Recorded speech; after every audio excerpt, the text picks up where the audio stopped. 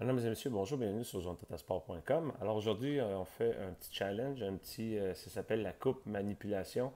Et BC, c'est pour le nom de l'école, dans le fond, c'est pour personnaliser un peu le challenge.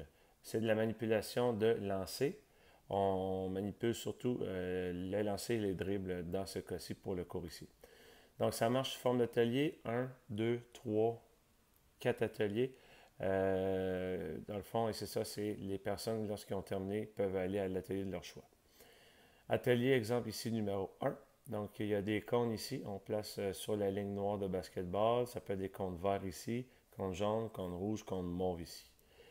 Et le but d'activité, on commence avec, ça peut être un ballon mousse ou un ballon chasseur. C'est à vous de voir ce qui est le mieux pour vos élèves, aussi le niveau ce qu'ils sont rendus. Peut-être des plus petits ballons pour les plus petits niveaux, plus gros ballon pour les plus vieux, ballon de foot aussi pour les 5-6e années.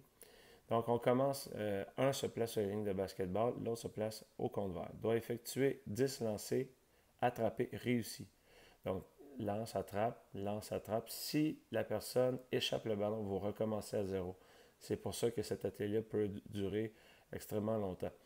Et ce que vous pouvez même faire, c'est donner un choix de ballon. Vous pouvez leur donner, mettre un bac de ballon. Ça peut être des ballons mousse, ballons de chouque-ball, ça peut être des ballons de ballon chasseur, des ballons de volleyball, des ballons de basket. Ça va être à eux autres de choisir, mais il faut que ce soit des lancers et attrapés sans que ça touche au sol.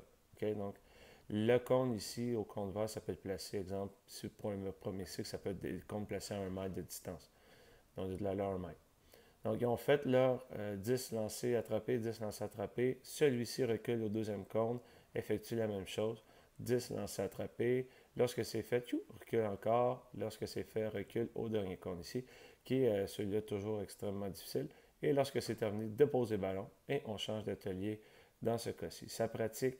On peut mettre la technique sur la jambe en avant, on pointe la cible, bras armés en arrière, quelle jambe va en avant. Et dans le fond, c'est ça, ça met en pratique le positionnement du lancer.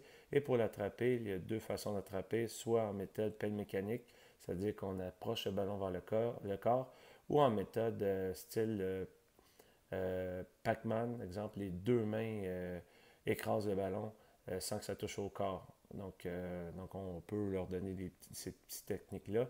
Je ferai une vidéo aussi là-dessus sur les façons d'attraper, un court vidéo qui vous explique le tout. Atelier numéro 2, ici, lancer attrapé 20 fois dans les airs. On prend un ballon mousse, on lance à une main, on attrape à une main pour le ballon mousse. Ballon de shootball, on lance à une main, on peut attraper à deux mains. Et la hauteur, c'est à peu près 2-3 mètres de hauteur pour que ce soit quand même relativement difficile. Donc, 20 lancers de ballon mousse, 20 lancers avec le ballon de shootball dans les airs comme ceci sur place. Lorsque c'est fait, on va au deuxième atelier.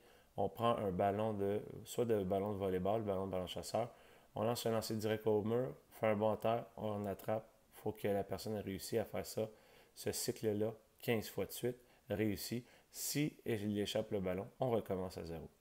Lorsque les 15 fois ont été faits, on va à l'atelier ici, le dribble est lancé. Donc, on commence ici, l'atelier, dans le fond, débute de ce côté-ci. La personne fait, je ne l'ai pas indiqué, c'est à vous de déterminer, mais ça peut être 10 passes au mur. Donc, comme ça, je vais marquer 10x, 10 passes au mur, attrapé, réussi. Après ça, faire le petit parcours en dribblant autour des cônes. Arrive à la ligne de lancer au basket, donc la ligne de lancer franc, fait son tir au panier. Qui réussisse, qui ne réussisse pas, ça n'a pas d'importance. C'est pour, dans le fond, c'est pour mettre l'accent, c'est pour les initier pour le premier cycle à réussir à faire le tir au panier. Ou si c'est les plus vieux, vous pouvez exiger de ne pas changer d'atelier tant aussi longtemps qu'il n'a pas réussi à atteindre le panier. Donc, vous pouvez leur montrer la méthode ici des passes, les passes poitrine, passes rebond. Donc, comment on se positionne, on lève les coudes, on pousse le ballon, on met une jambe en avant pour pousser le ballon. Pour ce qui est du dribble, on dribble à hauteur de la taille. Je vais mettre tous les petits critères d'observation pour le dribble réussi. On met l'accent là-dessus, on peut leur expliquer que c'est important pour eux de mettre l'accent sur le dribble sur le côté, pas dribbler devant ça parce qu'on risque de frapper le ballon avec les pieds. Dans le fond, on utilise la hauteur du nombril pour la référence, la hauteur du ballon. Et au panier, on essaie de mettre la technique au-dessus de la tête, au-dessus du front. Les pouces forment la lettre T pour pouvoir lancer. Et si son gaucher, c'est la main gauche qui pousse le ballon et la main droite guide. Si son droitier, c'est le contraire, main droite qui pousse et la main gauche qui guide. Donc voilà. Donc si c'est plus difficile pour les premières années, faites juste exiger qu'il trouve une façon efficace de lancer dans le panier. Pour les 5-6, peut-être mettre l'accent sur la technique, la vraie technique du lancer au basketball. Donc voilà ce qui est pour la Coupe Manip. Pour plus de détails, www.sontatasport.com.